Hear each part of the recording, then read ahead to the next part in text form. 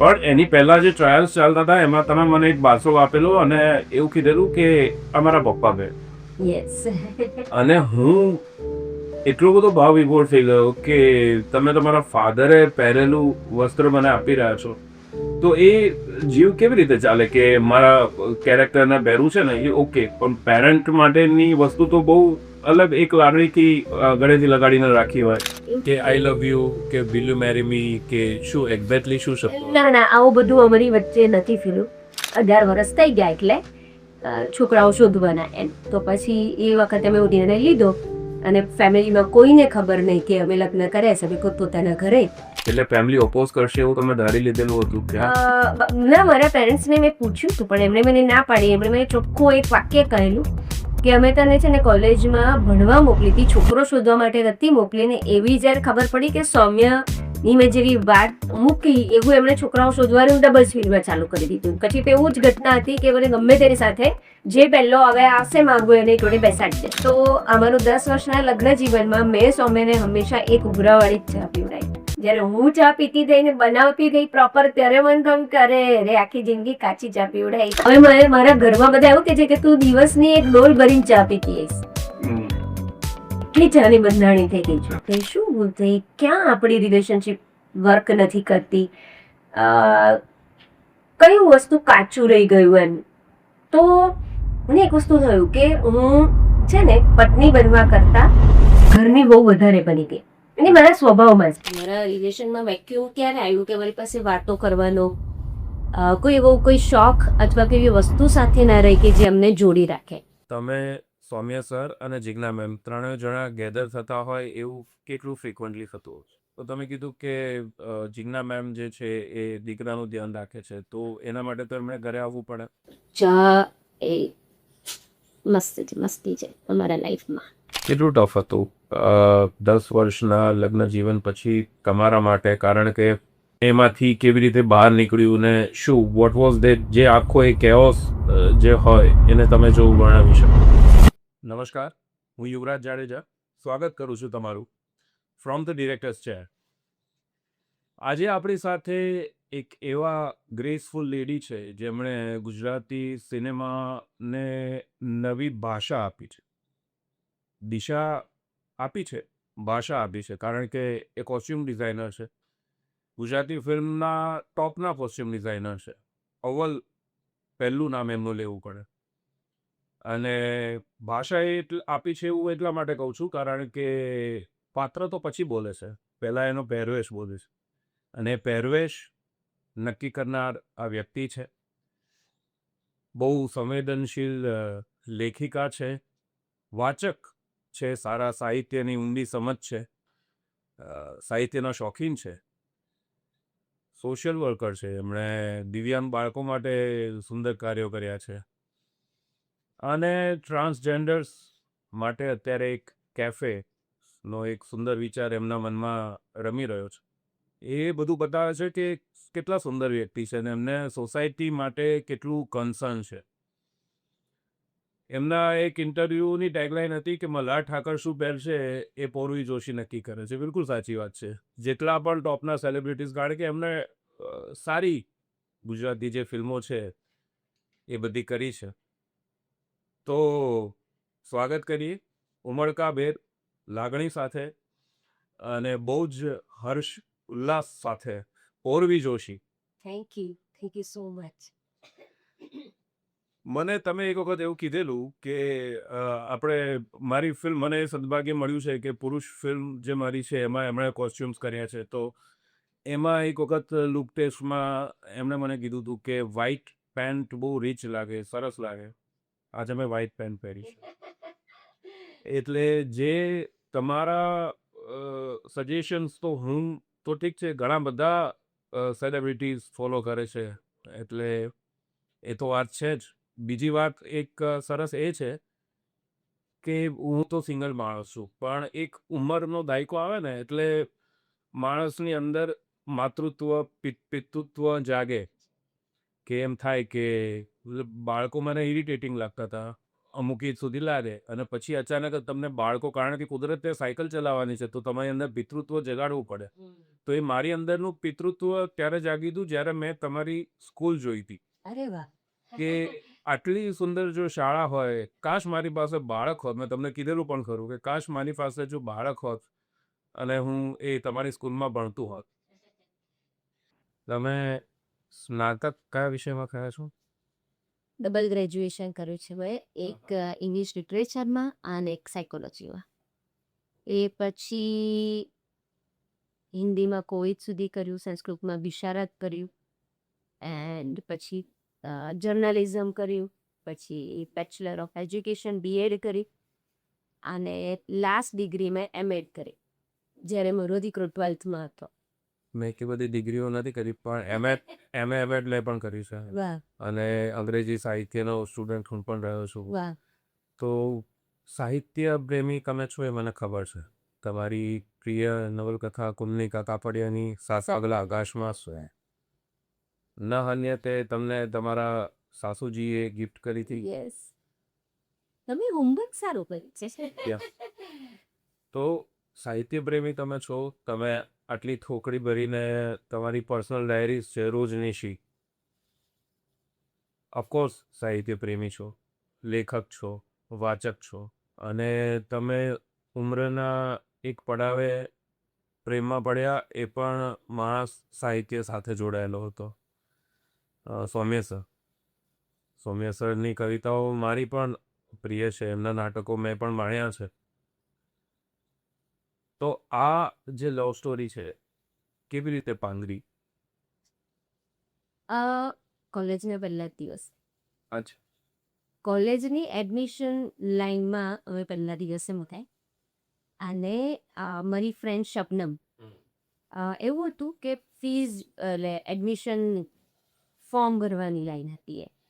તો સૌમ્ય આગળ હતો, એની પાછળ હું ગયેલી હતી, અને ત્રીજા નંબરે મારી ફ્રેન્ડ શબનમ હતી. એવું થયું કે મારી હાઈટ ઓછી છે, સૌમ્ય મારાથી ઘણા ઊંચા છે, એટલે પેલું આમ ફોર્મ ભરી લખતા એમની કોણી મારી આંખમાં વાગી, વળવા દે ને તો મારી ફ્રેન્ડે બધા એવું સમજાવ્યું કે કોલેજમાં છોકરાઓથી બચવાનું ને એ લોકો તમને કંઈક કરે ને અને હું મારી મારી બોડીગાર્ડની જેમ જ ઓલવેઝ રહેતી, કારણ કે મારે લાઈફમાં એક ઇન્સિડન્ટ થયેલો 12thમાં કે હું વારે વારે અનકોન્શિયસ થઈ જતી હતી. તો હું હતી સાયન્સની સ્ટુડન્ટ, પણ એ અરસામાં 12thમાં આ મારી વસ્તુ વધવા માંડી, અનકોન્શિયસ થવાનું, એટલે મને ડ્રોપ લેવાનું કીધું કે ભાઈ હાલ આટલું, અને કદાચ એને મગજમાં પ્રેશર હશે ભણવાનું, એના કારણે આ થાય છે અને મગજ સુધી લોહી નથી પહોંચતું. તો મેં કીધું ના, હું ડ્રોપ નહીં લઉં. તો પછી એમણે કહ્યું કે તેને એક કામ કરો, એને આર્ટ્સમાં એવો વિષય છે કે વાંચીને આવડી જાય ને તમે અપાવો. તો હું 12th આર્ટ્સમાં જે સ્કૂલમાં ગઈ, અને એ સ્કૂલમાં મને આ શબનમ મળેલી, અને એને પહેલા જ દિવસે સરે કહેલું કે તેનાનું ધ્યાન રાખવાનું છે, અને નવા આપણે ગયો એટલે બોલીએ નહીં. મારો નેચર ત્યારે બહુ જ શાય, એટલે હું કોઈની સાથે વાત ના કરું. ત્યારથી એને ઝંડો પકડેલો કે એ જ મારું બધું ધ્યાન રાખે. એટલે કોઈ સ્કૂલોમાં કેવું હતું ખબર છે તમને, ફ્રેન્ડશીપ પૂછાવે, એટલે નવી, હવે હું તો વચ્ચેથી દાખલ થયેલી સ્કૂલમાં, તો 2-4 છોકરાઓ એવા હતા કે એને પૂછને, અને મારી ફ્રેન્ડ બનવું છે, એટલે એમ રિસેસમાં પેલી પૂછે, એટલે મારા વતી એ જઈને એને ઝાપટ મારી આવે, એની સાથે ઝઘડી આવે, એ બધું કરે. તો સેમ એણે આમાં કર્યું, અને એ બહુ જ ઝઘડી સૌમ્ય સાથે, અને સૌમ્ય સોરી સોરી સોરી સોરી કરે, ને બિચારો એટલો નમ્રતાથી વાત કરે, અને હું આમ જોયા કરું, અને મને આમ પહેલી જ નજરે એમ થયું કે આને બિચારાનો કંઈ વાંક નથી, કારણ કે મને ખબર હતી કે એને પેન્ટ પડીને લેવા ગયો નીચે નમે, મને કોણી વાંકી, એમાં એનો કંઈ જ વાંક નહોતો, પણ પેબીને એમ કે આ ખાલી ખાલી કરવા માટે જવું કરે છે. કટ્ટુ અમે લોકો એચકેનો જે હોલ છે ત્યાં, કે જેટલા બી નવા સ્ટુડન્ટ્સે એડમિશન ફોર્મની આ બધી પ્રોસેસ કરી છે, એ લોકોને કોલેજનો આઈડિયા આપવા માટે બેસાડ્યા. તો ત્યાં ઓળખાણ કરવાનું કીધું, કોણ શું છે, નામ, અને કયું ફિલ્મ લેવું છે, ને કયા વિષયોમાં રસ છે, આવી બધી વાતો કરી. કે આ સૌમ્ય હાથ ઉપર કરીને એની બોલવાની છટ્ટાની બધું મારા ધ્યાનમાં આવ્યો, એનો અવાજ મારા કાનમાં, અને મને ધીરે ધીરે ગમવા માંડી. એ 2-3 દિવસો ગયા, ફી ભરાઈ ગઈ, કોલેજ શરૂ થઈ. કોલેજનો ફર્સ્ટ ડે, કોલેજના ફર્સ્ટ ડેમાં ઈલાબેન કરીને અમારા ઇંગ્લિશના પ્રોફેસર, કારણ કે સૌમ્યનો પણ મેઇન સબ્જેક્ટ ઇંગ્લિશ, મારો પણ મેઇન ઇંગ્લિશ. એનું ફર્સ્ટ સબસિડરી સાયકોલોજી, મારું ફર્સ્ટ સબસિડરી સાયકોલોજી. સેકન્ડ સબસિડરીમાં અમારા બંનેના વિષયો અલગ હતા, પણ આ બે વિષયમાં અમે લોકો ક્લાસમાં સાથે હોઈએ. તો ત્યાં ઇંગ્લિશ લિટરેચરના વિશે તમે કેટલું જાણો છો, કારણ કે તમે ઇંગ્લિશ લિટરેચર ભણવા માંગો છો. હવે હું તો સાયન્સની સ્ટુડન્ટ હતી, તો મેં આર્ટ્સમાં એવું કંઈ ભણેલું નહીં. પણ સૌમ્યને જે પણ એમ પૂછે તો સૌમ્યની બધામાં આંગળી ઉપર, ફર્સ્ટ બેન્ચ પર એમ બેઠેલો. સખત ઇમ્પ્રેસ થઈ એનાથી, કારણ કે એ બધી જ એને સોનેટ કોણ, સોક્રેટિસની પણ ખબર હોય ને બધી જ બધું જ એને ખબર હોય. અને મારા માટે આ બધા જ નામો જ નવા ને કવિઓના હું કોઈને ના ઓળખું. તો મને એમ થયું કે આ કેટલો બધો હોશિયાર છે, દેખાય છે આટલો સારો, ઉપચો પાતળો ને ગોરો ને મકડિયા વાળ ને. મારી ઇંતજારી વધી રહી છે. પહેલા લવ યુ કોણે કીધું? લવ યુ નતું કીધું, પણ પ્રપોઝ તો સૌમ્યએ કરેલો. અચ્છા. અને બહુ વહેલા કરેલો, એટલે હું તો શું શબ્દો હતા કે આઈ લવ યુ કે વિલ યુ મેરી મી કે શું એક્ઝેક્ટલી શું શબ્દો? ના, આવું બધું અમારી વચ્ચે નથી થયું. અમે ભાષાના માણસો છે ને બંને, એટલે એને ઘણી બધી વસ્તુઓ તો એના શું કહેવાય જેસ્ચરમાં આવતી હતી. મારી બર્થડેના દિવસ એણે મને એક વોકમેન ફિલિપ્સનું આપેલું, એમાં જગજીતસિંહની ગઝલો નાખીને આપેલી. બધી ગઝલો પ્રેમની ગઝલો હતી. પછી શરૂઆતમાં જ એફઆઈમાં જેને સ્ટાફ રૂમની બહાર મને બર્થડે વિશ કર્યું, ત્યારે પણ બહુ સરસ રીતે વિશ કરેલું, જે એક બોયફ્રેન્ડ ગર્લફ્રેન્ડે કરે એવી રીતે એ જેસ્ચરમાં. પછી પ્રોપર વીટી સાથે એણે એક જગ્યા છે જ્યાં પ્રપોઝ કરેલું. અત્યારે જીએમડીસીનું જે ગ્રાઉન્ડ છે ને, તેમાં એક બિલ્ડિંગ છે. એ બિલ્ડિંગ ત્યારે બનતું હતું, અને મને મળવા માટે સૌમ્ય રોજ સાંજે, કારણ કે હું બ્લાઇન્ડ સ્કૂલમાં ભણાવતી હતી, મેમનગરમાં રહું ને, મેમનગરમાં અંધકન્યા શાળામાં હું ભણાવતી હતી. એટલે મેં એનસીસી લીધેલું, પણ સૌમ્યએ એનએસએસ લીધેલું. હવે એનએસએસ તમે કોલેજમાં લો એટલે તમારે થોડુંક સોશિયલ વર્ક કરવાનું, એ પાર્ટ એમનો.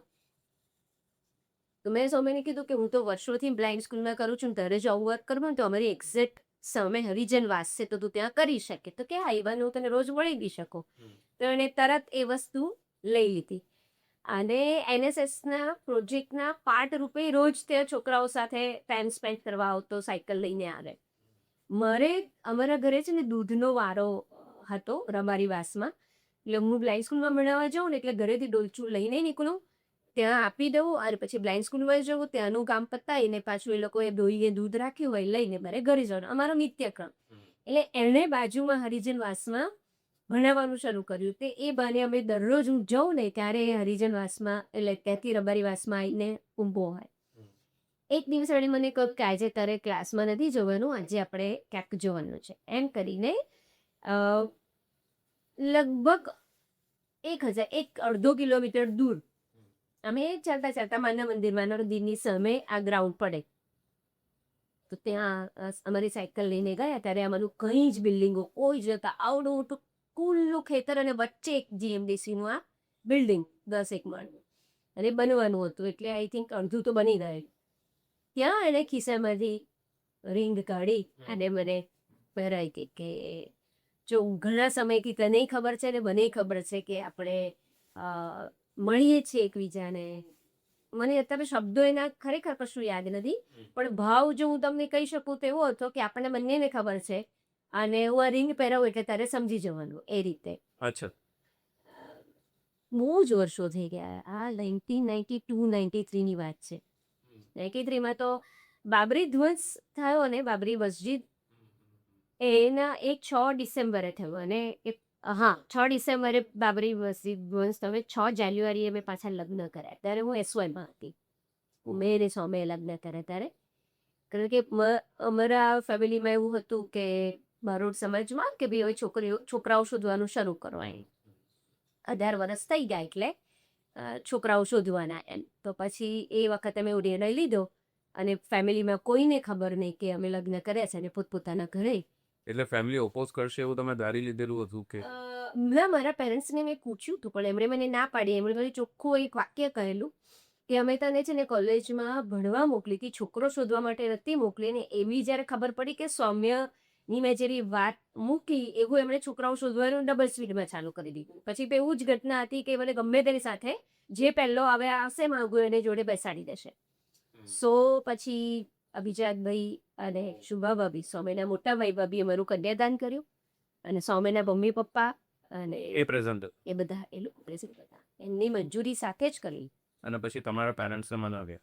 પછી એ 3 વર્ષે મને, અને એ મને બધી શરતો મૂકી કે કંઈ નહીં ટીવાય પતે પછી તમારે એકબીજાને મળવાનું નહીં, એ જે કરે તારે ભણવાનું નહીં. એટલે મને MA કરવા તરત ના મળી માસ્ટર ડિગ્રીમાં. અને પછી મેં જર્નલિઝમ જોઈન કર્યું. પછી બીજા વર્ષે મેં BEd કર્યું. એમ કરીને મેં 2 વર્ષ પસાર કર્યા. અને તમારો ચાઇલ્ડ દીકરો એ લગ્નના કેટલા વર્ષ પછી? તરત જ 95માં મેરેજ ડે, 96માં સંગીત. તો એની સાથે તમે એજ્યુકેશન ચાલુ રાખ્યું? હા, એની સાથે એજ્યુકેશન, સર્વિસ. હું સ્કૂલમાં પણ ભણાવતી હતી, સહજાનંદ સ્કૂલમાં, અને મારી પોતાની સ્કૂલ પણ હતી. હું સજા ના ભણ્યો છું. શું વાત કરી! સુરેખાબેન કરીને પ્રિન્સિપાલ હતા જ્યારે હું જોબ કરતી હતી. સિંહ સાહેબ. ઓકે. અને 5 થી 7 ધોરણમાં મારે ભણાવવા હતું. હિરલ બ્રહ્મભટ્ટ ઓળખતા હશો તમે? હા, હિરલ એ તો સહજાનંદમાં પ્રોફેસર, પણ એ કોલેજમાં નહીં. અરે સ્કૂલમાં નહીં, કોલેજમાં. કોલેજમાં, હા. એ મારા હતા પ્રોફેસર. એ સૌમ્યનો જ ફ્રેન્ડ હરિત, હરિતની વાઈફ. હવે તો એ પણ સેપરેટ થઈ ગયા છે. પણ એ લોકોની લવ સ્ટોરી ના અમે સાક્ષી, કારણ કે સૌમ્યની પહેલી બેચનો સ્ટુડન્ટ હરિત અને વશી, આશીષ વશી, પ્રેમ, પરેશ વ્યાસ, પ્રેમ ગઢવી, આ છોકરાઓ એ પહેલી બેચના. આલોક ગાબરેકર બહુ નાટકો કર્યા. તું તારા અને મહાત્મા બોમ્બ ને મરે એમને ગમવું છે ને બહુ જોડા કર્યું. સૌમ્ય સરના નાટકોમાં તમે અભિનય પણ કર્યો. સુંદર.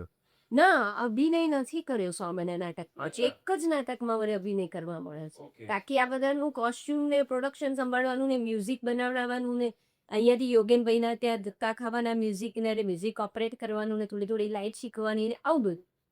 ઓકે. છોકરાઓને જમાડું પ્રેમથી. માતૃત્વ કુટી ને બહુ નાનપણથી ભરેલું મારામાં. અને મેં તમને કહું કે કોલેજ તમને 10,000 રૂપિયા આપી આખું નાટક કરવાના. એમાં તમારે આખું પ્રોડક્શન ઊભું કરવાનું. એટલે સંજય ભાવે સર HK આર્ટ્સ કોલેજના, એમના વાઈફ તો સંજય સર સવારે શાક લઈને આવી જાય બધા છોકરાઓનું. અને હું થોડીક મોડી સૌમ્યને જાય પછી હું 10-11 વાગે હું રોટલી કે ભાખરી કે પૂરી કે પછી પુલાવ કઢીને આવું બધું લઈને. કુકિંગમાં હેલ્પ કરતા ક્યાં? ના, એને કંઈ જ ના આવડે. એને ચા બનાવતા ના આવડે. અને મને બહુ જ રંજ છે આ તમે કુકિંગની વાત કરીને તો, કે મેં ચા પીધેલી નહીં કોઈ દિવસ. એ મેં સૌમ્યવાળી લાઈફમાંથી નીકળ્યા પછી ચા પીવાનું શરૂ કરેલું. એનું શું કારણ? એવું તમને કહી છે ઘટના, પણ એની પહેલા હું આ ચાનો રંજ કહી દઉં તમને. એટલે મેં ચા ચાખેલી નહીં જીવનમાં. અને મને એવું ના મને કે દૂધ ઉભરાય એટલે આપણે ગેસ બંધ કરી દઈએ કે દૂધ થઈ ગયું. તો મને એવો જ કોન્સેપ્ટ કે ચા પણ ઉભરો આવે એટલે આપણે બંધ કરી. ચાને ઉકાળવાની હોય તો એ પ્રોપર ટેસ્ટ બને એવી મને ખબર જ નહીં. તો અમારું 10 વર્ષના લગ્ન જીવનમાં મેં સૌમ્યને હંમેશા એક ઉભરાવાળી જ ચા પીવડાવી. જ્યારે હું ચા પીતી થઈને બનાવતી થઈ પ્રોપર ત્યારે બંધ થયું કે અરે આખી જિંદગી કાચી ચા પીવડાવી. ના, પણ તમારા હાથે બને ને એટલે સ્વાદ આવી. અમારા ઘરમાં અમે જોઈન્ટ ફેમિલીમાં રહેતા ને એટલે મારા સસરા સર્વિસ ટી પીવે. એટલે ચા નું પાણી અલગ ગરમ કરીને આપવાનું, દૂધ અલગ ઉભરો લાવીને આપવાનું, ખાંડ અલગ મૂકવાની, અને મારી બિસ્કિટ પ્રોપર ટ્રેમાં આપવાનું. આમ હોટલમાં કેવી સર્વિસ આપી એવી રીતે. મારા વડસાસુ અને મારા સાસુ એ બંને મસાલાવાળી ચા પીવે અને સૌમ્યને આદુવાળી ચા જોઈએ. એટલે મસાલાવાળી જ પીવડાવી. મેં તો કોઈ દિવસ આદુવાળી અલગથી કરી નથી, પણ એને ભાવે એ વધારે. તો રીતે અલગ અલગ ફ્લેવર બનાવી ખરી મેં ચા તો બનાવી. અને હું સારી બનાવતી હતી એવું બધા કહેતા હતા, પણ મને મન રાખવા જ કીધું. એ હવે મને શ્યોર છે. ના, તમે સારી જ બનાવતા હશો ને એવો કોઈ સિદ્ધાંત કે નિયમ નથી કે એક ઉભરામાં ચા સારી ના જ બને. એવું પીવું છે એટલે હવે મને ખાતરી. હવે મને મારા ઘરમાં બધા એવું કે છે કે તું દિવસની એક ડોલ ભરી ચા પીતી હશે. એટલી ચાની બંધાણી થઈ ગઈ. પ્રોફેશન એવું છે ને આપણું. એટલે હવે હું તમને કહું કે ચા મારા જીવનમાં કેવી રીતે આવી. એમાં એવું હતું કે સૌમ્યને ચા બહુ ભાવે, હું ચા પીવું નહીં, હું બોર્નવિટા પીવું મારા સનની સાથે. અમે જ્યારે અલગ થયા ને ત્યારે મેં એક પેલું આપણને વિચારે કે શાલું શું ભૂલ થઈ, શું ભૂલ થઈ, ક્યાં આપણી રિલેશનશિપ વર્ક નથી કરતી, અ, કઈ વસ્તુ કાચું રહી ગયું એમ. તો મને એક વસ્તુ થયું કે હું છે ને પત્ની બનવા કરતાં ઘરની બહુ વધારે બની ગઈ. એ મારા સ્વભાવમાં છે, બરોબર. એટલે હું મારા સાસુ સસરાનું એટલું ધ્યાન રાખું, ઘરનું ધ્યાન રાખું, મહેમાનોનું ધ્યાન રાખું, વસ્તુ આ લાવી છે, મૂકવી છે, અને હોસ્પિટલ લઈ જવા છે, ને લાઇટ બિલ ભરવું છે, ને એ પોરસમાં હું રહી. જ્યારે સૌમ્યને મારી જરૂર હોય એઝ અ વાઇફ, ત્યારે હું એને કહું કે ના આજે થાકી છું, અથવા હું એને એમ કહું કે ના આજે આ બધું કામ છે, આજે તું ના રાખીશ, એ ક્યાંક બહાર જવાનો પ્લાન બનાવે કે મૂવી જોવાનો પ્લાન બનાવે. તો એ પણ એને પણ એક કોલેજમાં પ્રોફેસર હતો, ડિરેક્ટ કરતો હતો નાટકો, એને પણ એમાંથી સમય કાઢીને જે મારા માટે સમય કાઢીને ત્યારે હું કહું ને મને તો સ્કૂલનું કામ છે, આજે ફલાણું છે, તો મેં એને સમય નથી આપ્યો. એ તો ઘટના સાચી છે, બરોબર. એટલે બે હાથે તાળી પડે એટલે એ વર્કઆઉટ નથી થયું. તો એમાં જે ખાલી જગ્યા રહી, એ ખાલી જગ્યા કોણે પૂરી? તો કોઈ ત્રીજું પાત્ર આવ્યું, બરોબર. જેને ચા, એ લોકો બી ચા પી, એ પણ ચા પીવે, સૌમ્ય પણ ચા પીવે, કે એમના ચાના બ્રેક તમે મી ટાઈમ કહી શકો, રાઈટ. તો ભાઈ શું કહેવાય, નાટકના રિહર્સલ ચાલે છે તો તમે રિહર્સલ દરમિયાન વચ્ચે સિગરેટનો બ્રેક લેતા હો, તો એવી રીતે ચાનો બ્રેક આવે. હું તો ચા પીતી જ ના હોઉં, એટલે હું છોકરાઓ જોડે વાતો કરું, પણ જે ચાના રસિયા હોય એક ખૂણામાં ઊભા ઊભા ચા પીતા હોય. સો એક નજીક આવવાની ઘટનામાં ચાએ બહુ મોટો ભાગ ભજ્યો. હું મને આમ મનમાં ઠસી ગયેલું કે યાર ચા પીવાની જરૂર હતી યાર બોસ. આ એક આપણને રહી ગયો. ચા જો હોત મારા જીવનમાં, મને એવું લાગ્યું એ વખતે કે તો કદાચ અમે સાથે બેસવાના શું કહેવાય કે એવી કોઈક મોમેન્ટ ચોરી શકતા હોય. અમારા રિલેશનમાં વેક્યુમ ક્યારે આવ્યું કે મારી પાસે વાતો કરવાનો કોઈ એવો કોઈ શોખ અથવા કોઈ એવી વસ્તુ સાથે ના રહે કે જે અમને જોડી રાખે. અને એટલે મેં ચા પીવાનું શરૂ કર્યું. અને જ્યારે તમને ડિવોર્સની દીકરી મળતા પહેલાં કોર્ટ એવું કહે કે તમારે 1 મહિનો ફરી સાથે રહેવાનું છે, અને એ 1 મહિના ગાળામાં મેં પહેલું કામ એ કર્યું કે મેં ચા પીવાનું ચાલુ કર્યું. એન્ડ રોજ અમારો જે હિંચકો હતો એની પર અમે રોજ સવારે હું ચા બનાવું, અને બનાવતા બનાવતા સારી ચા બનાવવાની ક્વોલિટી પણ મારામાં આવી. અમે સાથે ચા પીવા માંડ્યા.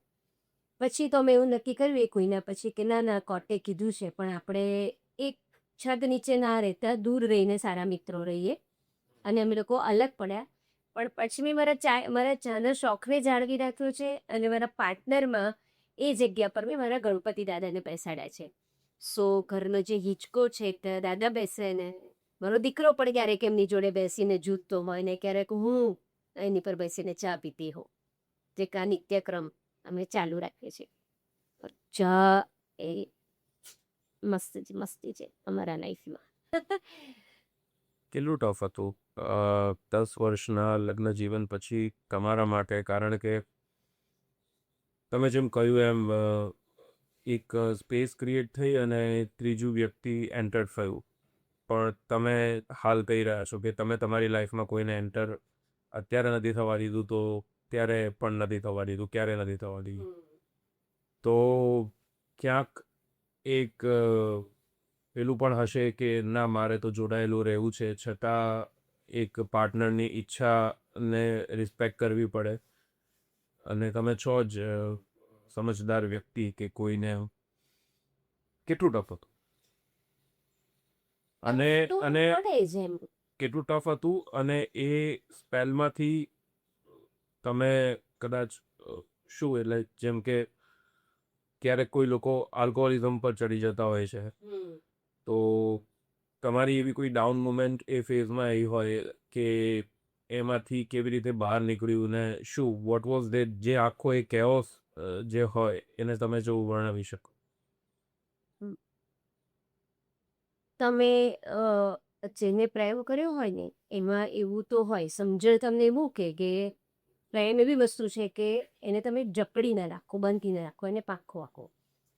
સો તમે ખુશ તો અમે ખુશ એવું અંદરથી હતું. એટલે હું બહારથી એવું રાખતી હતી કે ભાઈ ના ના સૌમ્ય અને અમારા સંબંધમાં અમે બંને એકબીજાથી ખુશ નથી તો એ જ્યાં ખુશ છે ત્યાં એ ભલે રહેતો. પણ ક્યારેક કોઈ એવા પ્રસંગો બને જેમ કે ઘરમાં કોઈ લગ્ન પ્રસંગ છે કે ઘરમાં કોઈ તહેવાર છે જેમ કે રક્ષાબંધન છે તો બીજી બધી ફ્રેન્ડ્સની જોડે વાત થતી હોય કે તમે રસ્તા પર જતા હોય તો બાઇક ઉપર કોઈ કપલ જતું હોય ભલે એને પિયર મૂકવા જાય છે પણ એ લોકો સાથે જઈ રહ્યા છે. ફ્રેન્ડ્સ પણ એવું કે આજુ આવું આવું છે આજે મેં મમ્મીના ઘરે જઈશું આજે સાસરે જમીશું આજે આમ કરીશું તેમ કરીશું. આવા ગાળામાં તમને સતત એવું થાય કે સમથિંગ ઇઝ મિસિંગ. મારી લાઈફમાં આ વસ્તુ નથી. મને ક્યારેક એક વાત શેર કરવી હોય ક્યારેક કોઈક એવા ઇન્સિડન્ટ બન્યા હોય કોઈ સ્કૂલનો પ્રસંગ હોય કે બાળકની વાત કરવી હોય આવી બધી જ ઘટનાઓમાં મને એક ખાલીપો ધીરે ધીરે ધીરે ધીરે લાગવા માંડ્યો ને પણ મને એવું હતું કે કદાચ અમે દૂર રહીએ ને કદાચ કોઈક દિવસ સૌમ્યને મન થાય તો હું દરવાજા હંમેશા ખુલ્લા રાખું કે જેથી એ ગમે ત્યારે એન્ટ્રી લઈ શકે મારા જીવનમાં. હું એને મારા જીવનમાંથી એકદમ ધડામ લઈ એના ફેસ પર મોઢું બંધ ના કરું કે હવે આજથી આપણો સંબંધ પૂરો. આજે પણ દરવાજા ખુલ્લા છે? પણ એનો અમારો જે સંબંધ છે જે ફ્રેન્ડશિપનો સંબંધ છે એ ઓલવેઝ અમારી બંનેના જીવનના અંત સુધી એ સંબંધ એમ જ રહેવાનો છે. અને મને એવું હતું કે 7 જન્મનો કદાચ આ મારો છેલ્લો જન્મ હશે. અને હવે જે સૌમ્યની સાથે જે પાર્ટનર છે એની જર્ની હવે શરૂ થઈ છે. તો આઈ એમ સો મચ હેપી કે બીજા 7 જન્મો ભલે એ એમની સાથે રહે. કદાચ મારું અહીંયા પૂર્ણ વિરામ છે ને ત્યાંથી એમની જિંદગી શરૂ થાય છે. આવું બધું હું અત્યારે વિચારું છું પણ એ વખત ક્યારેક એવી ડાઉનફોલ મોમેન્ટ આવી પણ જાય કે ના ના યાર એવું તો શું કરું કે હું એને પાછો લઈ આવું.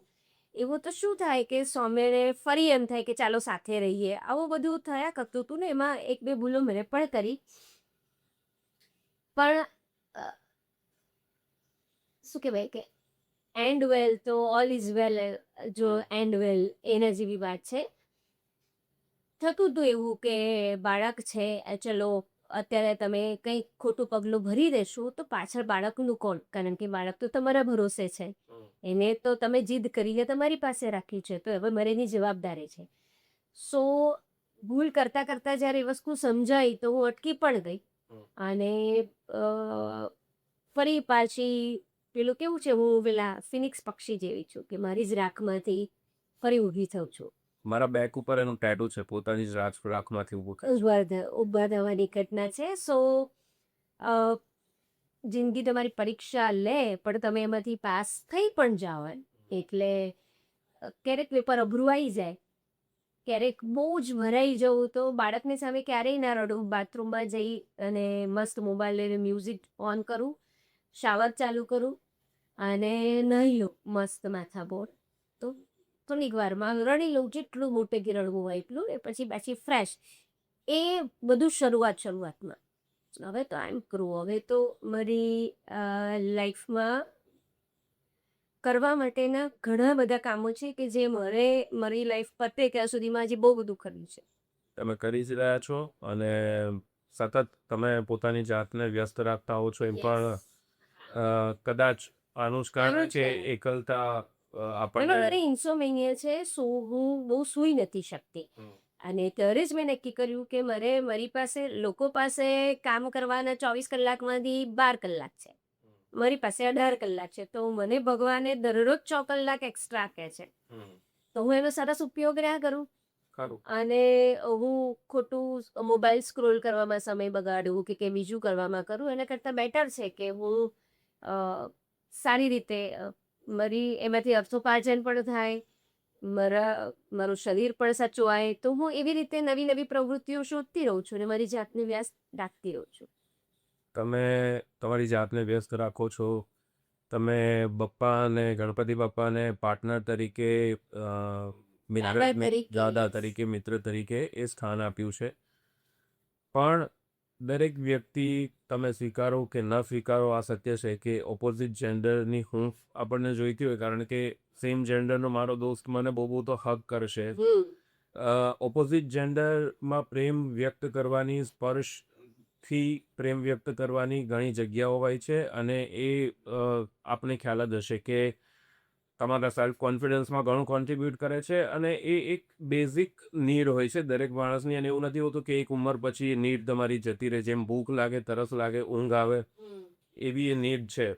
તો હવે જો જીવનમાં પ્રેમ થયો અથવા તો કોઈને તમારી સાથે પ્રેમ થયો અને સાચો વ્યક્તિ છે, સારો વ્યક્તિ છે, તો શું તમે એને ખુલીને સ્વીકારશો? શું કારણ? કે જ નહીં બને, કારણ કે આ હવે કેવું છે, એક તરફી પ્રેમ છે આ. તો હું એટલી સંતુષ્ટ થઈ ગઈ છું સર સાથેનો. હા, એટલે એ એટલો મારો સંબંધ મજબૂત છે કે અને એમનું સ્થાન મારા હૃદયમાં એટલું છે કે ત્યાં કોઈનું રિપ્લેસમેન્ટ શક્ય નથી. હું તમારા ઘરમાં આ ધારો કે આ રૂમ છે, એમાં સામાન ભરેલો છે, તમારે એક બીજો સામાન એડ કરવો છે તો એટલી જગ્યા નથી, તો તમારે કંઈક તો બહાર કાઢવું પડશે ને, તો તમે બીજી વસ્તુ અંદર લાવી શકશો. એક તિજોરીમાં એટલી જ જગ્યા છે અને તમે 3 તિજોરી લઈ આવ્યા, તો એ 3 તિજોરીને લાવવા માટે તમારે એક તિજોરી બહાર કાઢવી પડશે. પણ અહીંયા એવું છે કે હું આમાં તો એક ક્ષણ પણ બહાર જવા દેવા માંગતી હતી, અને એ જ મારી દુનિયા છે ને. આઈ એમ સંતુષ્ટ હું. અને કદાચ કેવું છે કે પેલો સ્પર્શ થાય ને પારસનો, એટલે એ મારા માટે પારસ મળી છે. અને મને તો 10 વર્ષ મળ્યા, કદાચ મને એક ક્ષણ મળી હોત તો મારા માટે પૂરતું હતું. એટલે એક સંત વ્યક્તિ કહી શકાય એવું જેનું વ્યક્તિત્વ છે. અને એવા તો ઘણા શું કહેવાય કે મારા જીવનમાં મારા અનુભવો એવા છે કે આવું તો આ વ્યક્તિ સિવાય કોઈ બીજાનું આવું એક્સપ્રેશન હોય જ ના શકે, આવી અભિવ્યક્તિ ના હોઈ શકે પ્રેમની. મારા નસીબમાં અને મારા ભાગ્યમાં જેટલું લખેલું હતું એમના તરફથી આવવાનું, એટલું મને મળી જ ગયું છે. એટલે હવે મને બીજી કોઈ વસ્તુની બહુ રોમેન્ટિકલી, બહુ બ્યુટીફુલી તમે સાથે રહ્યા છો. લગભગ ગ્રીન રૂમમાં કાવ્ય સંગ્રહ તમને અર્પણ છે? ના ના, મને કે કશું વસ્તુ અર્પણ નથી. અને એવી બધી વસ્તુઓ અમારામાં નથી. એટલે મારા કદાચ કાં તો મારી પેલી મેમરીમાં રહી હોય. યસ, ના, એ કદાચ મારા સાસુ સસરાને અર્પણ કરેલું છે. પણ એ તો બહુ જ સરસ વસ્તુ કહેવાય. પણ મારા અને મારા ઇનલોઝના સંબંધ આજના દિવસે પણ અકબંધ જ છે. એમાં આટલો પણ ફેર નથી પડ્યો. ઉપરથી કદાચ વધારે ગાઢા થયા છે, વધારે મજબૂત થયા છે. અમે લોકો એકબીજાને મળીએ છીએ એટલે ખાલી માત્ર સાસુ સસરાને, એના પછીનું પણ એક્સટેન્ડેડ ફેમિલી, કાકાજી હોય, કાકીજી હોય, મામીજીઓ હોય, માસીજીઓ હોય, એના પેરેન્ટ તરફથી જેટલા પણ રિલેશનશીપમાં હું જે લોકો સાથે જોડાયેલી, એ બધા સંબંધો અકબંધ છે. હજી 1 મહિના પહેલાં મારા સસરાનું ડેથ થયું, તો એ વખતે હું ફરી જ્યારે બધા લોકોને મળી એ સમયમાં, અને કોઈનો આટલો મને એવું નથી લાગ્યું કે મને ઓછો આવકાર મળ્યો હોય. એ લોકો તરફથી જે વોર્મ હગ્સ મળ્યા છે, જે કિસીસ મળી છે, એટલું બધું સુંદર. અને એમની વાતો એટલી સરસ, ને જે એપ્રિસિએશન મળ્યું કે અમે કਦੇ દૂરથી જોઈએ છે, તારી પ્રગતિ જોઈએ છે, તો એ તમને વધારે મોટિવેટ કરે છે કે કોઈ પણ આ ઇન્ડસ્ટ્રીમાં હું આવી તો મારી પાસે કોઈ ગ્રાન્ડફાધર નથી, મારી પાસે કોઈ એવી વ્યક્તિ નહોતી કે જે મને આંગળી પકડીને લઈ આવે ને આટલે સુધી પહોંચાડે. મારી સતત મહેનત, રાત દિવસની મહેનત, મારી વફાદારી, કામ પ્રત્યેની વફાદારી, અને મારા પ્રેમ નું જે એણે મને એક લક્ષ્મણ રેખા આપી છે કે જેમાંથી એ કોઈ ઓળંગીને મારી સુધી પહોંચી નથી શક્યું, આ બધી જ વસ્તુઓ એક આ મારું શિલ્ડ બનીને રહી છે મારી જોડે. અને એટલે મારો કોન્ફિડન્સ એ વધ્યો ને કે હું આ કરી શકી. અને મારે કોઈને બતાડવાનું નહોતું કે એક વખત મારા પેરેન્ટ્સે એવું કહેલું કે અમે તને કહેતા હતા આ ફિલ્ડમાં તો આવું બધું હોય, એટલે કે હસબન્ડ હોય એની પાસે એ બીજે ક્યાંય જઈ શકે. આ વાતનો સહેજ કરેક્ટ કરો છું. આ જે લોકો કહેતા હોય છે ને કે આ ફિલ્ડમાં આવું બધું હોય છે, દરેક ફિલ્ડના દરેક હોય છે. ખાલી વાત એ છે કે આપણા ફિલ્ડને પર્સનલ લાઈફમાં લોકોને ઇન્ટરેસ્ટ વધારે છે, એટલે કુલિંગ. એટલે હું તો બિલકુલ નથી માનતી એવું. અને મેં તો ત્યારે જ કહેલું કે ના ભાઈ, એ જે હોય પણ આ વ્યક્તિ જુદી છે, બધા કરતા અલગ છે. અને એ તમે આજે પણ માનો છો. અને જે દોસ્તી તમારી એટલી સુંદર છે, બહુ રિસ્પેક્ટફુલી, બહુ જ મેચ્યોરિટી જોઈએ, બહુ જ અન્ડરસ્ટેન્ડિંગ જોઈએ, જે તમે દેખાડી છે. એમનું નથી કે મારે ખાલી સૌમ્ય સાથે જેવા સંબંધ છે, જિજ્ઞા સાથે એમની જે વાઈફ છે એ પણ ફ્રેન્ડ્સની જેમ જ છે ને. એ હું જે સંવીતનું મા તરીકે ધ્યાન રાખું છું એના કરતાં કદાચ એ વધારે ધ્યાન રાખે છે. સો આઈ એમ સો મારી કાલે આંખ નીચે આવે કે મને ટેન્શન નથી કે મારા દીકરાનું ભવિષ્ય શું છે, એને હવે માનો પ્રેમ કોણ આપશે.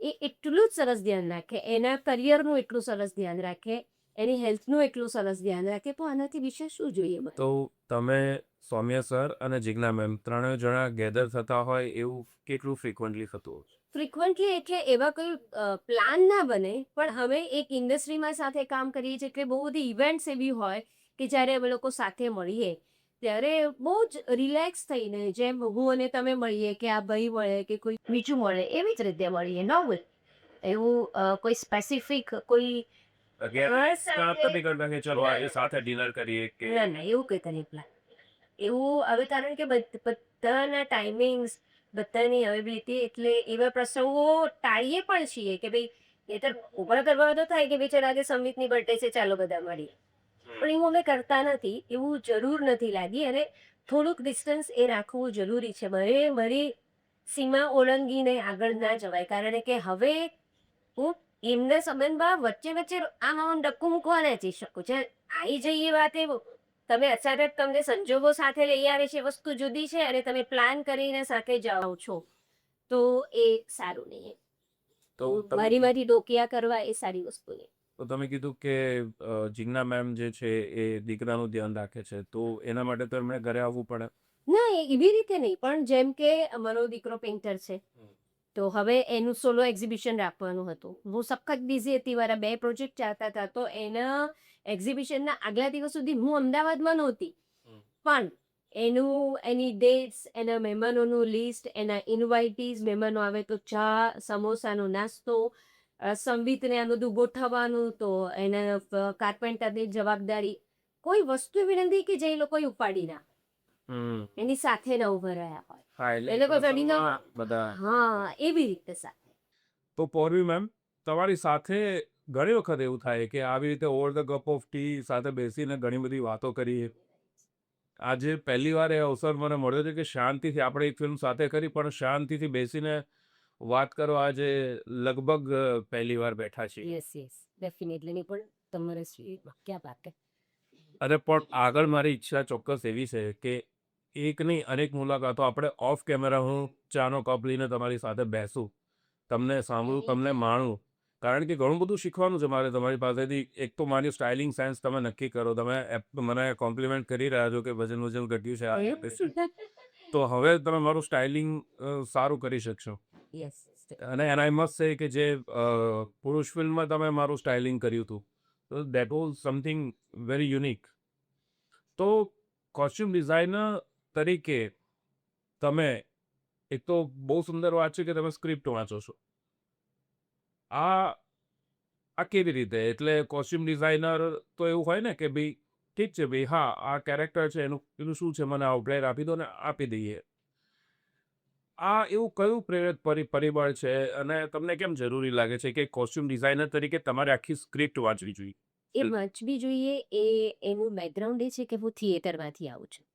થિયેટરમાં એટલું બધું કર્યું છે કે એમાં પાત્રની ઓળખ જો તમે ઊભી કરવા માંગો તો પાત્રના વિચારો સમજવા પડે, પાત્રનું બેકગ્રાઉન્ડ સમજવું પડે, એના લાઇકિંગ્સ, એના ડિસલાઇકિંગ્સ, એની આસપાસ બનતી ઘટનાઓ, એના જીવનમાં કોની એન્ટ્રી થાય છે, કોની એક્ઝિટ થાય છે, શું ચેલેન્જીસ આવે છે, શું સરપ્રાઇઝીસ આવે છે, આ બધી જ વસ્તુઓની અસર એના પહેરવેશ પર પડે. અને એ તમે સ્ક્રિપ્ટ થરલી વાંચી ના હોય તો તમે સીન નંબર પરથી જો કોસ્ચ્યુમ્સ કરવા જાઓ તો એ ફીલ ના આપે. કપડાં સારા બની શકે, નો ડાઉટ, એમાં જરૂર નથી કે તમે સારા બ્રાન્ડેડ, બજેટ સારું હોય, ગોળમાં તમે ઘી જેટલું નાખો એટલું ગળ્યું થાય એ રીતે.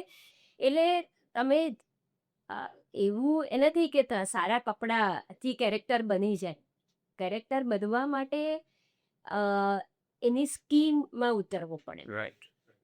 અને એ કોસ્ચ્યુમ ડિઝાઇનર તરીકે મારી સાથે જે લોકો કામ કરીને અત્યારે માર્કેટમાં ઉતરેલા છે બધાને મારી આ વસ્તુ ખબર છે, અને આઈ એમ સો મચ હેપી કે બધા જ લોકો આ વસ્તુ ફોલો પણ કરે છે.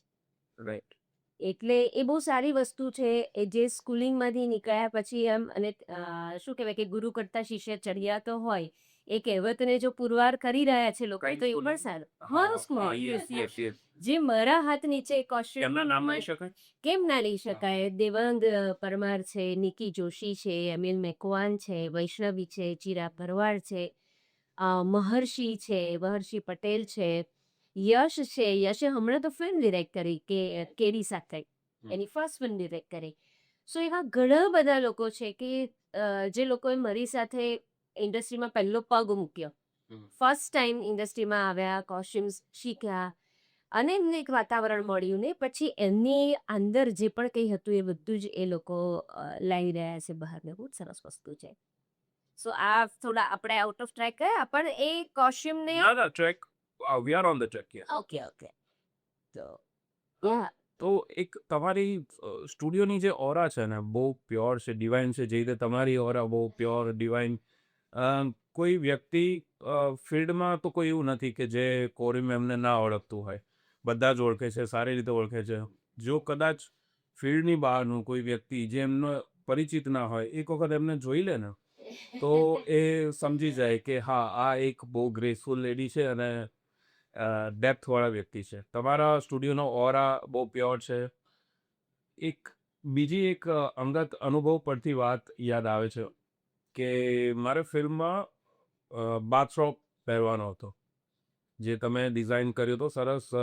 રેડ કલરના વેલ્વેટનું તમે મસ્ત મટીરિયલમાં મને બનાવીને આપ્યું હતું.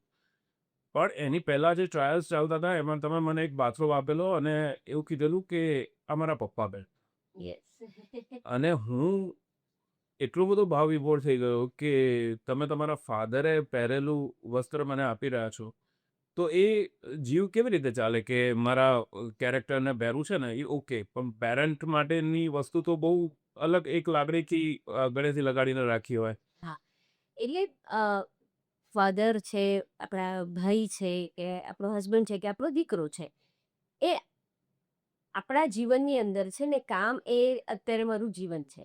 સો જો મારા કેરેક્ટરને એનાથી હેલ્પફુલ થતું હોય એ સ્ક્રીન ઉપર એ વસ્તુથી એના કેરેક્ટરાઇઝેશનમાં વર્ડ સ્ટેપ અહેડ જઈ શકાતું હોય તો એ યુઝ કરવામાં મને ક્યારેય પ્રોબ્લેમ ન થાય કારણ કે મારું કામ એ મારા ફેમિલી સાથે મળાયેલી જ છે વસ્તુ અને એ મારા જીવનનો જ ભાગ છે. સો હું તો ઉપરથી મને તો એવું લાગે કે ચલો કોઈક વસ્તુનો ઉપયોગ થઈ રહ્યો છે. એક કબાટમાં પડી રહે ને પપ્પા ક્યારેક વર્ષે એકાદ વાર બહાર કાઢે એને કરતાં બેટર છે કે એ વસ્તુ વપરાઈ ગઈ છે. માનો એ વસ્તુ વપરાઈ રહી છે, માનો એ બાથરોબ કે કોઈ પણ એમનું વસ્ત્ર ફાધરનું વપરાઈ રહ્યું છે અને તમે જ્યારે એ કેરેક્ટરને વસ્ત્રમાં પરફોર્મ કરતા જુઓ ત્યારે શું ફિલિંગ હોય છે? બહુ મજા આવે કે યસ ચલો આનો સરસ ઉપયોગ થાય છે. એના કરતાં બી હું આંખ બંધ કરીને મારે એમને વિઝ્યુઅલાઇઝ કરવા હોય તો પણ કરી શકું કે આ અહીંયા મારા ફાધર જ છે. સો ઘણી બધી વસ્તુઓ આપણે કેરેક્ટરને એ રીતે લઈ જવામાં એની જર્નીમાં આપણે હેલ્પ કરી શકીએ તે સારી વસ્તુ છે. હું તમને ઓલ ધ કોન્ટ્રારીની વાત કરું કે કપડાને યુઝ કરવાની વાત છે તો મેં એક માનવતાની દિવાલ એટલે કે એક સ્ટેન્ડ બનાવ્યું છે અને એની ઉપર મેં બોર્ડ વાળ્યું છે કે અહીંયા મૂકેલી કોઈ પણ વસ્તુ તમે લઈ શકો, તમારી મનગમતી વસ્તુ કોઈને પૂછવાની જરૂર નથી. અને એમાં એવું જ કે હું પોઝેસિવ ખરી કોઈ પણ વસ્તુ માટે. આપણી વસ્તુ એટલે આપણે પોઝેસિવ તો હોઈએ પણ પછી મને એમ થાય કે ના આ મારા કબાટમાં પડી રહેશે એના કરતાં હું જો આ સ્ટેન્ડ ઉપર મૂકીશ તો બીજા લોકોનો ઉપયોગ થઈ શકે. તો એ પ્રવૃત્તિ ઘણા વર્ષોથી ચાલે છે અને સ્કૂલ ચાલતી હતી ને ત્યારે તો પેરેન્ટ્સ પણ એ બધી વસ્તુઓ ત્યાં મૂકી જતા કે ભાઈ મારા ઘેરા પડી છે રાખો. ઠંડીમાં ગરમ કપડાં આવે, ઉનાળામાં કેપ્સ આવે, સેન્ડલ આવે, વાસણ આવે કોઈ દિવસ તો એ સ્ટેન્ડ હંમેશા ભરેલું રહે છે અને એનો મને બહુ આનંદ છે કે ચલો હું એક જે કામ કરું છું એની સાથે સાથે મારી સાથે બીજા લોકો ઇન્સ્પાયર થઈને આ પ્રવૃત્તિને આગળ વધારી રહ્યા છે. બિલકુલ, તમે એક સુંદર સેવા ચાલુ કરી છે તો હા એ લોકો એને યુઝ બહુ સરસ રીતે એનો યુઝ થઈ રહ્યો છે. એક્સપાન્ડ થાય છે મારા થોટ્સમાં એ વસ્તુઓ બધી. રાઈટ. ફિલ્મો તમે બહુ સુંદર કરી છે, સારા બજેટની કરી છે. ઘણી વખત ફિલ્મમાં બજેટ નથી હોતું, ઓછું હોય છે. તો એપ્રોચ કેવી રીતે બદલાય છે લો બજેટમાં અને હાઈ બજેટ? કામની બાબતમાં 100માંથી હું 70 પર નથી જતી. કદાચ 100માંથી 110 પર જો, કારણ કે એની પાસે બજેટ નથી, તો મારે ક્યાંય એને ચૂક ના થાય કે અથવા મારી એવી કોઈ ભૂલ ના થાય કે ભાઈ કન્ટિન્યુટીમાં આ વસ્તુ નથી, એના કારણે એને એડિટિંગમાં એક્સ્ટ્રા ખર્ચ મારી એક ભૂલના કારણે ના થઈ જવું જોઈએ.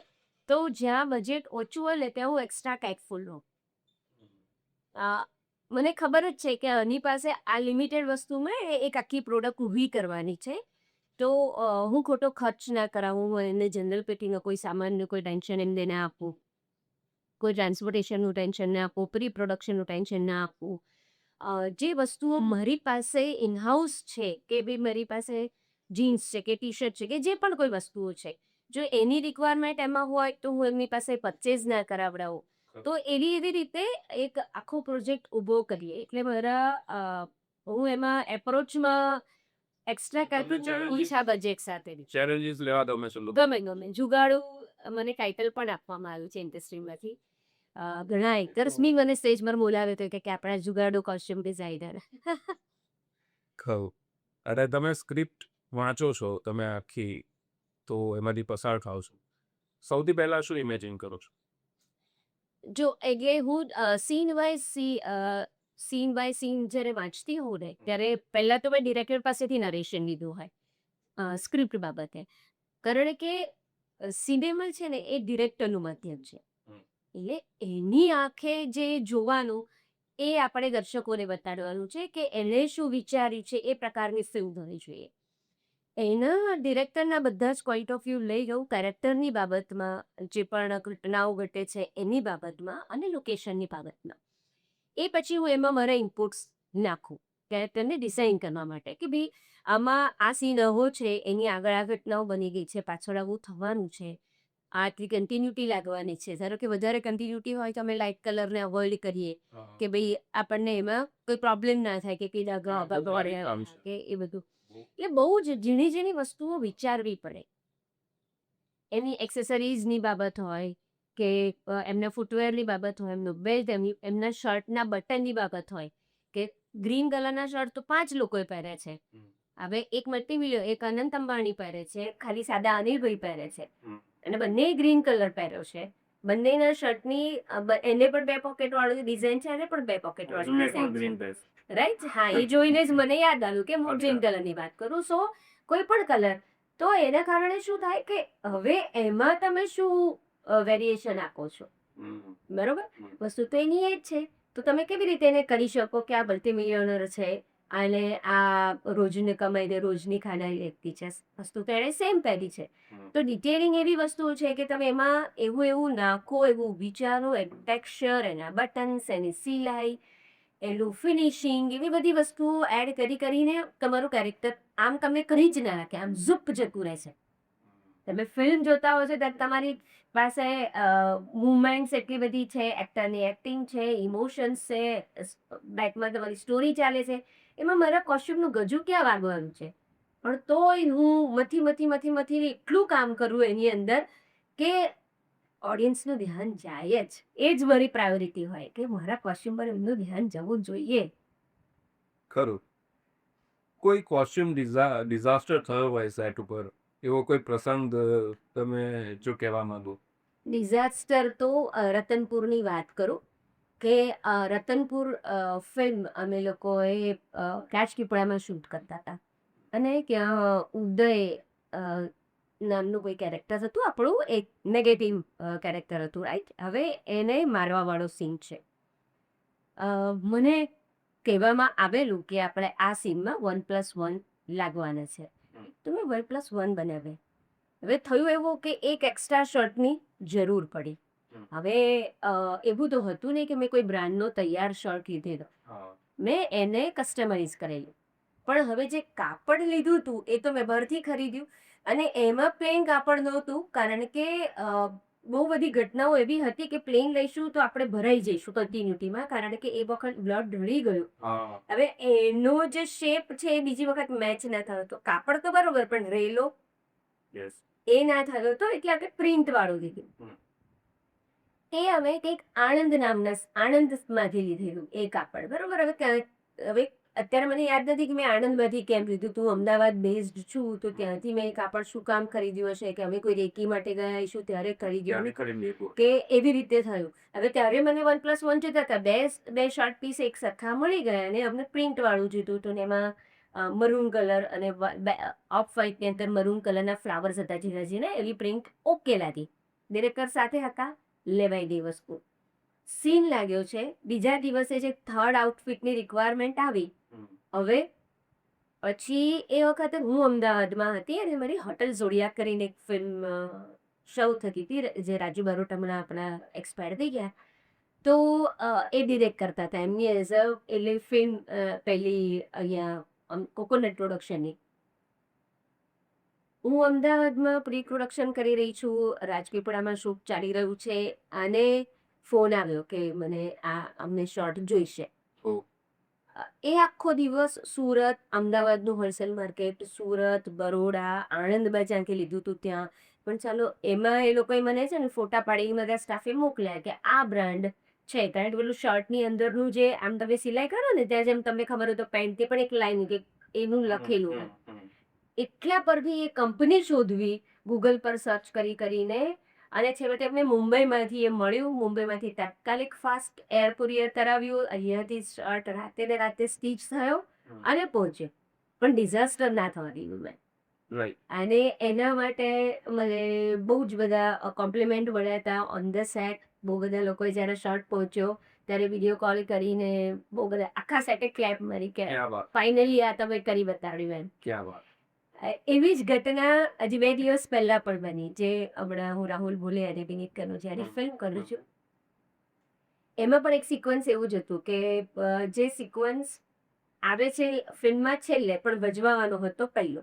હવે એમાં કઈ 1+1ની રિક્વાયરમેન્ટ તો હતી નહીં, પણ એના જે ફૂટવેર હતા ને એમાં પાર્ટી સિક્વન્સ હતું ને તે એકદમ વ્હાઈટ રાખ્યા અને મેં જંગલમાં આખો આ સિક્વન્સ થવાનો હતો તો જંગલની લાલ રેતી બરોબર વ્હાઈટ શૂઝમાં લાગી ગઈ.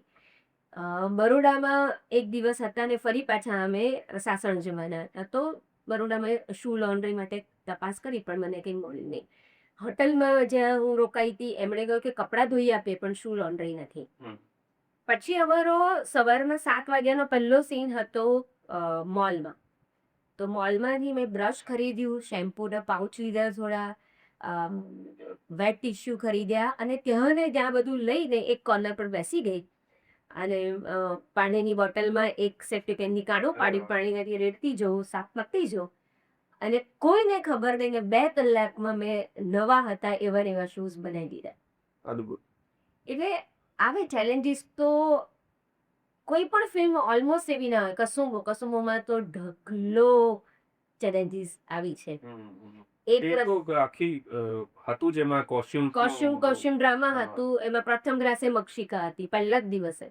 શૂટ શરૂ થવાના મુહૂર્તમાં જે શોટ લાગવાનો હતો એ કપડા આ બાજુ મુહૂર્ત ચાલતું હતું ને આ બાજુ બહાર સીવાતા હતા, એવી હાલત હતી કે જે પહેલા શોટના કપડા હતા ને એટલે મેં માદર પાટ લીધેલું ને એને પછી કલર કરાવેલો. હવે એમાં એ કાપડ ચડી ગયું અને જયારે મને એમ થયું કે હજી એકવાર એને વોશ કરી નાખું તો એ એજિંગના ચક્કરમાં એ ફરી થોડું શ્રિંક થયું. તો જે સ્લીવ હતી ને એ આટલાની જગ્યાએ આટલી આવી થઈ. એટલે મારું આખો આઉટફિટની મજા મરી જતી. તેવી જ રીતે કાપડ બી અહીંયાથી જેમ ખેંચાયું ઉપરથી બી ખેંચાયું તો લેન્થ મારે ધોતીમાં મારે ની લેન્થ રાખવી હતી, ઉપર આવી ગયું. બહુ જ બધા ઇસ્યુ થયા પણ મેં કીધું કે આપણે કરવાનું અને રાતોરાત મેં ફરી સ્ટીચ કર્યું ને મુહૂર્તને આરતી સુધીમાં તો હું આવી દીધી પાછું લઈને. તો આપણા સુનિલ વાઘેલાનું નાટક જે હમણાં જોયું એમાં તમે બધા જય શ્રી કૃષ્ણ ડોગ્સના કોસ્ચ્યુમ હતા, બધા યંગ છોકરાઓ છોકરીઓ હતા, કૂતરા બન્યા હતા. શું નાટકનું નામ હતું? લાલુ, જર્ની ઓફ લાલુ કેવું કે લાઈફ ઓફ લાલુ. તો એક બાજુ તમે આ કરો છો કસુંબો, એક બાજુ તમે શહેરની વાર્તા પણ કરો છો, ગામની વાત પણ કરો છો અને આ જે બાળકોને મજા આવે એવું નાટક અને એના કોસ્ચ્યુમ્સ તમે કરો છો. દરેક માટે એક અલગ સમજ અને એક અલગ મેચ્યોરિટી અને એક અલગ અન્ડરસ્ટેન્ડિંગ જોઈએ. એ કેવી રીતે તમે કેરી કરો છો પોતાની અંદર આટલું બધું? અને એ પણ ટેસ્ટ સમય સાથે બદલાતો હોય, કારણ કે 5 વર્ષ 10 વર્ષ પહેલાનું નાટક તો કંઈક જુદા કોસ્ટ્યુમ હોય, આ જ લાઈફ ઓફ લાલુનું કંઈક એ વખતે જુદું હશે.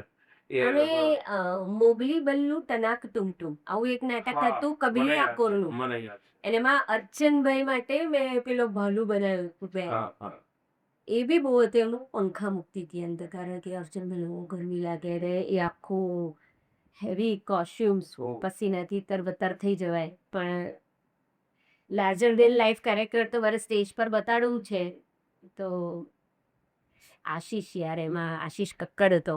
અરે બહુ જ આપણા બધાના બહુ અમતા. યસ. તો એ શું તમારી એક્સરસાઇઝ શું છે કે પોતાની જાતને અપડેટેડ રાખવા માટેનું કંઈ પર્ટિક્યુલર તમે કંઈ કરો છો કોન્શિયસલી?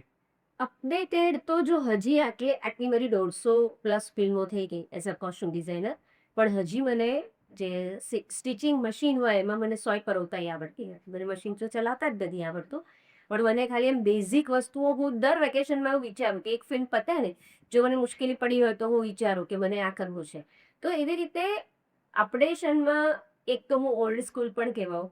સો અત્યારે એઆઈનો ઉપયોગ કરીને જે બધા આમ ફટાફટ પેલું જે પીપીટી બનાવીને 2 કલાકમાં મોકલી દે. પણ મારું કહેવાનો મતલબ જ એ હતો કે તમે ઓલ્ડ સ્કૂલ નથી થઈ રહ્યા.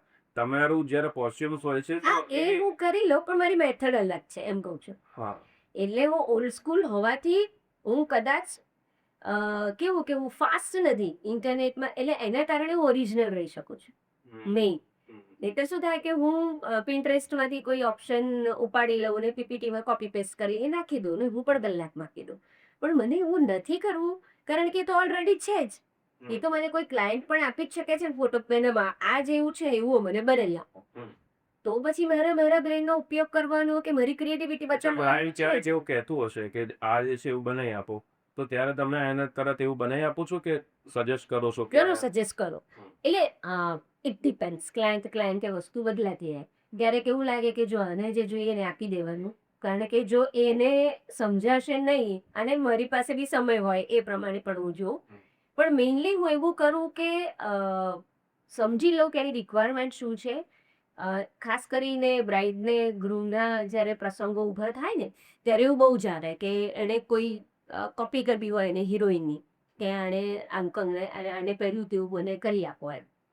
તો ત્યારે પેરેન્ટ્સ પાસેથી હું પહેલાં પૂછી લઉં કે ભાઈ બજેટ શું છે. દીકરી તો માંગણી કરશે પણ તમારું બજેટ શું છે. એટલે ત્યાંથી હું 10,000 ઓછાથી શરૂ કરું કન્વિન્સ કરતા ત્યારે એમના બજેટે હું પહોંચી જાઉં. અને હું એવો પ્રયત્ન કરું કે એને જે જોઈએ છે એમાં એને કોમ્પ્રોમાઇઝ ના કરે, પણ ખુશી ખુશી એને એ વસ્તુ સુધી આપણે એને લઈ જઈએ કે હા જો એને કર્યું તો એ એની આઈડેન્ટિટી છે, તારી આઈડેન્ટિટીમાં તું આ કરીશ તો તારા સ્કિનને સારું લાગશે, તને કમ્ફર્ટેબલ હશે, તું એનું રીયુઝ કરી શકીશ.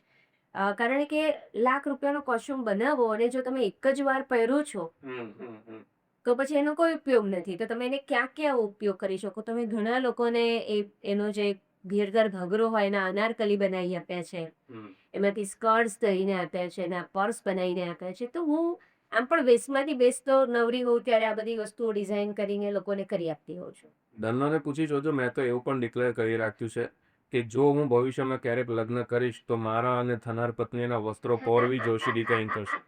ચોક્કસ, કેમ નહીં. ને સમય જલ્દી મળે એવી અમે અપેક્ષા રાખીએ. તમારી જવાબદારી છે શોધવાની. ના ભાઈઓ, હું મારા દીકરાને નથી શોધતી.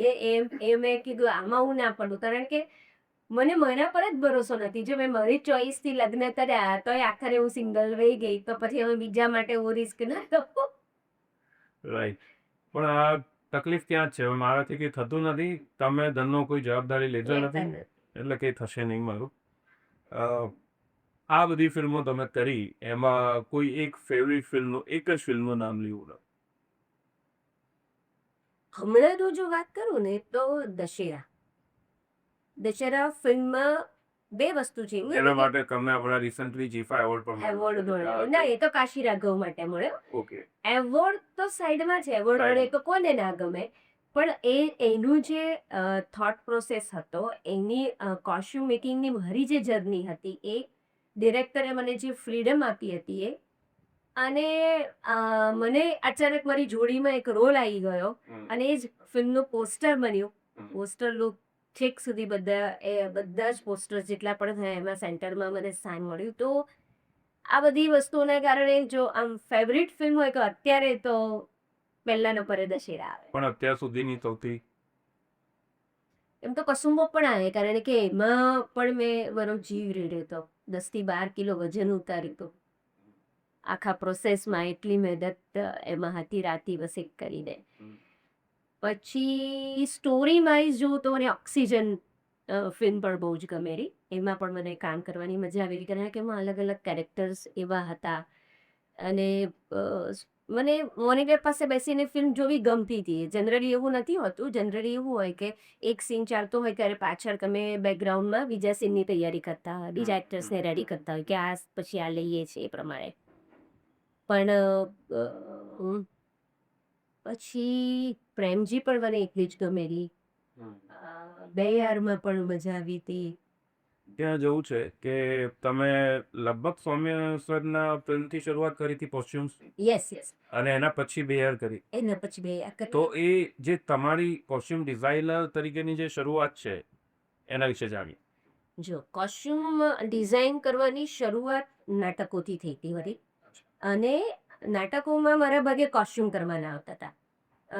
એક્ટિંગમાં મારા ઘરમાંથી પરમિશન નહોતી એટલે મને એ કરવા નહોતું મળતું કોલેજ ટાઈમમાં મેં નાટકોમાં એક્ટિંગ નથી કરી. આફ્ટર મેરેજ જ એ વસ્તુ શક્ય બની.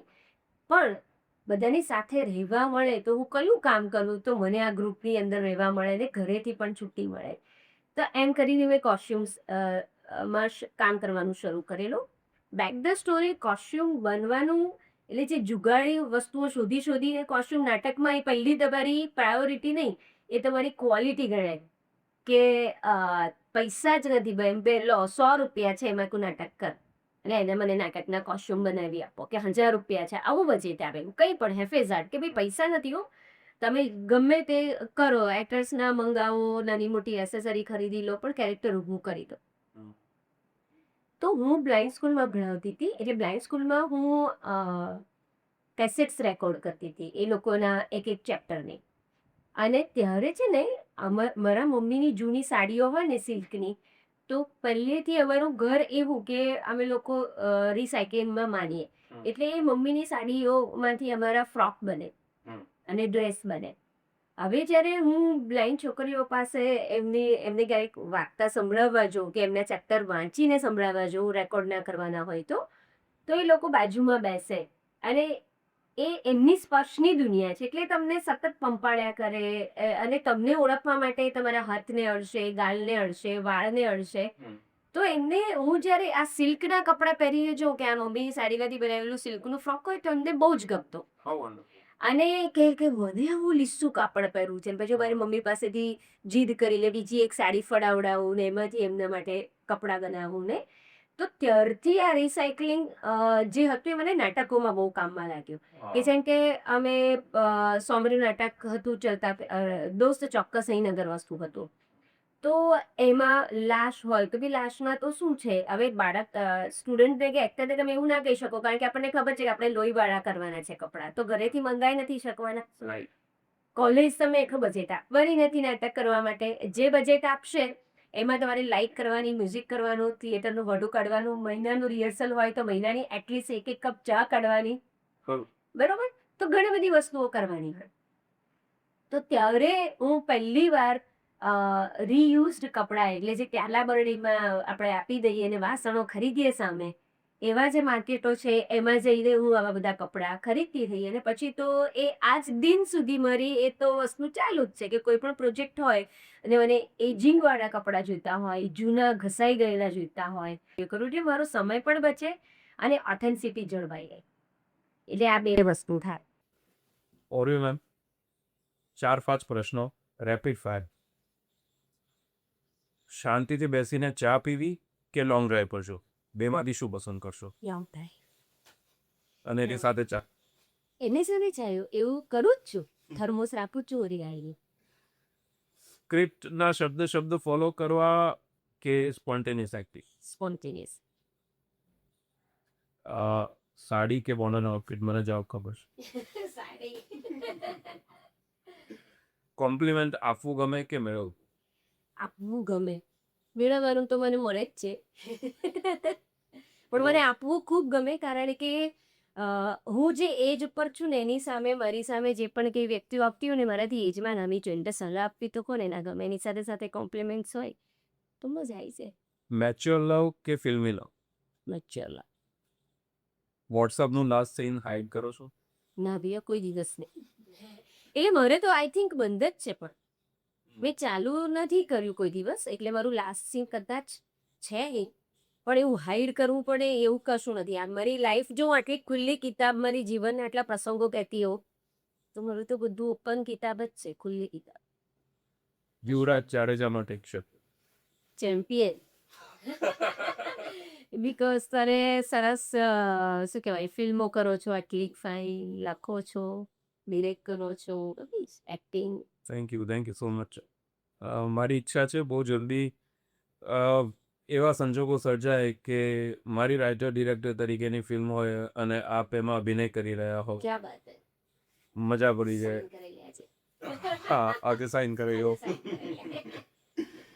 અને તમે જે ટ્રાન્સજેન્ડર્સ માટે, ટ્રાન્સજેન્ડર્સની ટીમને અને ટ્રાન્સજેન્ડર્સ વ્યક્તિઓને લઈને એક કેફે ઓપન કરવા જઈ રહ્યા છો, એક આખો નવો અધ્યાય શરૂ કરી અને કરવા જઈ રહ્યા છો, એનાથી એ સાબિત થાય છે કે તમે એ રિફ્લેક્ટ થાય છે કે તમે સોસાયટી માટે કેટલા સેન્સિટિવ છો.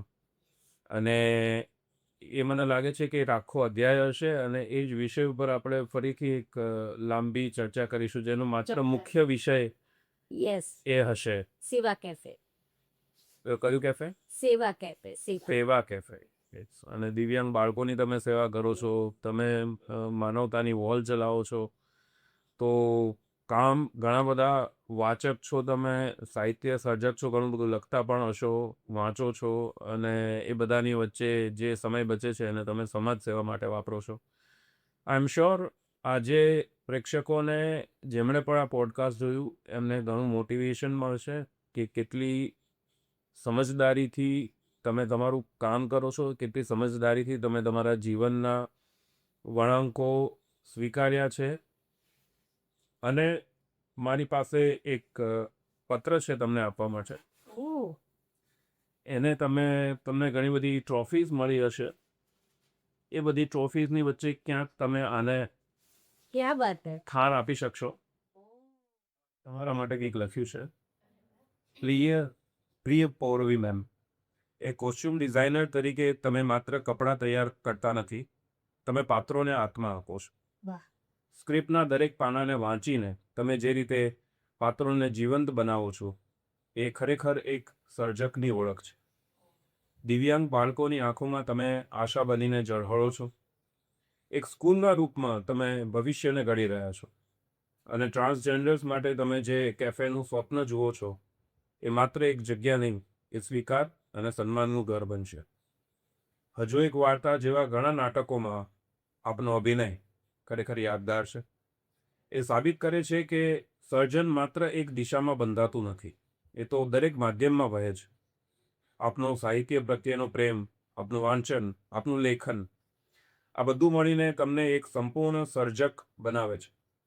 આ podcast from the directors chair માટે આપનો સમય અને આપની વાતો માત્ર એક એપિસોડ નહીં, પણ એક પ્રેરણા બની રહેશે. કેટલાક લોકો ફક્ત કામ નથી કરતા, તેઓ પ્રભાવ છોડે છે, સમય પર પોતાની છાપ છોડે છે, અને તમે એ જ લોકોમાંના એક છો. દિનથી આદર સાથે, Yuvraj Jadeja. Thank you. Thank you so much. So much. Thank you.